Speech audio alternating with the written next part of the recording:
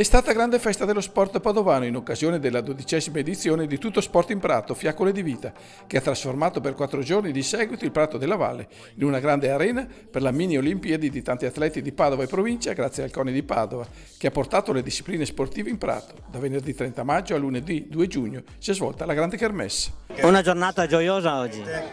È una delle 12 giornate che abbiamo avuto sempre fortunatamente col bel tempo qui a Padova, con l'inizio e la chiusura dei giochi dei bambini sport a scuola. Come sapete è sempre stato fatto tutto in Prato, sport in Prato, Fiaccole di Vita.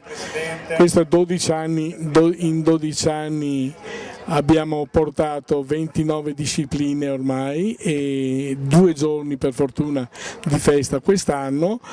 A venerdì avevamo 1200 bambini con il gioco sport, questa mattina 1500 con il volley e 800 con il basket e continuiamo. Oggi pomeriggio le discipline continueranno fino a sera tarda verso il 23 e avremo successivamente domani tutte le altre discipline che continueranno per tutto il giorno. Ringrazio i testimonial che hanno lavorato con il CONI Padova per tutta la stagione con le scuole e mi hanno aiutato moltissimo, hanno incontrato tutti i bambini della quarta e quinta elementare nelle scuole di Padova e provincia. Tantissimi atleti che attraverso il gioco scuola, il gioco sport e la fase provinciale dei giochi della gioventù hanno dato vita a una gigantesca manifestazione allietata dall'inaugurazione della mostra delle maglie azzurre curata dal padovano Fiorenzo Zanella, medaglia d'oro nel campionato mondiale del tiro a segno nel 78 a Seul.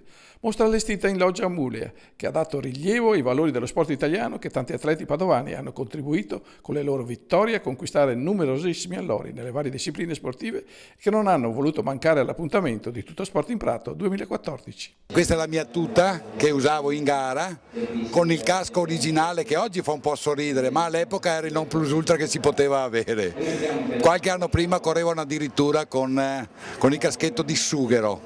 Il ricordo più bello? Il ricordo più bello sono state le gare contro questo signore, Gianni Fiorenza, 3 volte mondiale.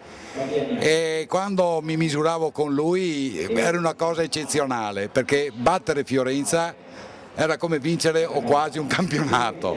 E hai vinto qualcosa? Sì, mi sono portato a casa un campionato europeo e più di qualche gara ovviamente, anche in campo internazionale. Siamo entrati direttamente nelle scuole per portare i campioni nelle scuole per far capire ai bambini che il campione non nasce campione ma parte da bambino, da ragazzo e pian piano arriva ad essere campione. E quindi le curiosità dei bambini sono sempre tantissime e questa abbiamo visto e credo che svilupperemo meglio il prossimo anno questo aspetto perché entrare proprio nelle scuole è un'esperienza molto positiva per i bambini, anziché trovarli solo alle feste finali che comunque è un momento di gioia ma hanno poco tempo per tutte le loro curiosità che ce ne sono sempre tantissime. Un altro progetto affiancato a questo è stato il progetto del bambino speciale perché vogliamo che anche i bambini con delle disabilità, con qualsiasi tipo di disabilità, possano fare sport e devono fare sport anche loro. Edizione 2014 di Tutto Sport in Prato, Fiaccole di Vita. Con grande soddisfazione vedo che la creatura che abbiamo fatto nascere, l'amico Gianfranco Bardella ed io, sta continuando con le sue gambe in modo molto positivo.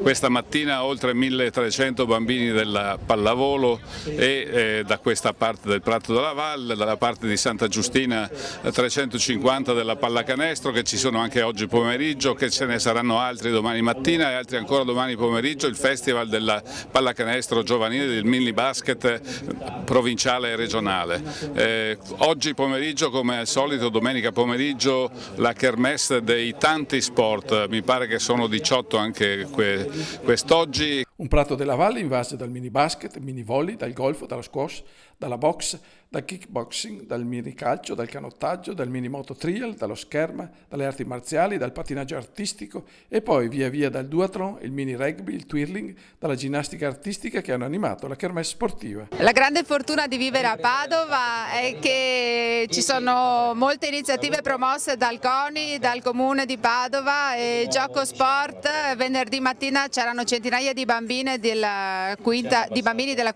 elementari di Padova che provavano vari percorsi e attività sportive e in questo weekend di Tutto Sport in Prato promosso da tanti anni dal professor Ponchio e portato avanti adesso, nonostante non ci sia più la sua presenza attiva, però è un progetto che viene portato avanti e dà l'opportunità di provare tanti sport ed è un'occasione unica perché praticare lo sport per i nostri ragazzi è importantissimo e trovare quello giusto ancora di più. È importante che ci sia molte gioventù che si formi culturalmente, eticamente e naturalmente si spera anche che oltre a questo arrivi anche qualche risultato agonisticamente valido. Oggi è andata molto bene, una giornata bellissima, un affiatamento e una voglia di giocare, uno sport sano che ha contraddistinto tutte le manifestazioni di questa mattina.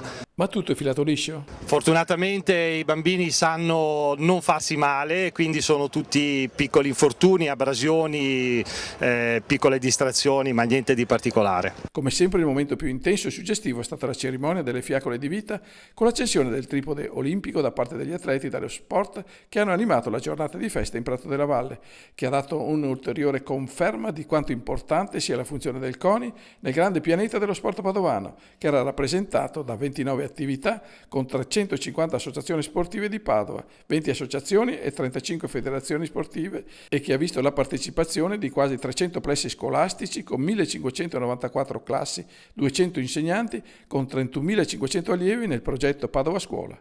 Insomma un successo di numeri e di pubblico per una kermesse che vuole essere lo specchio dello sport padovano.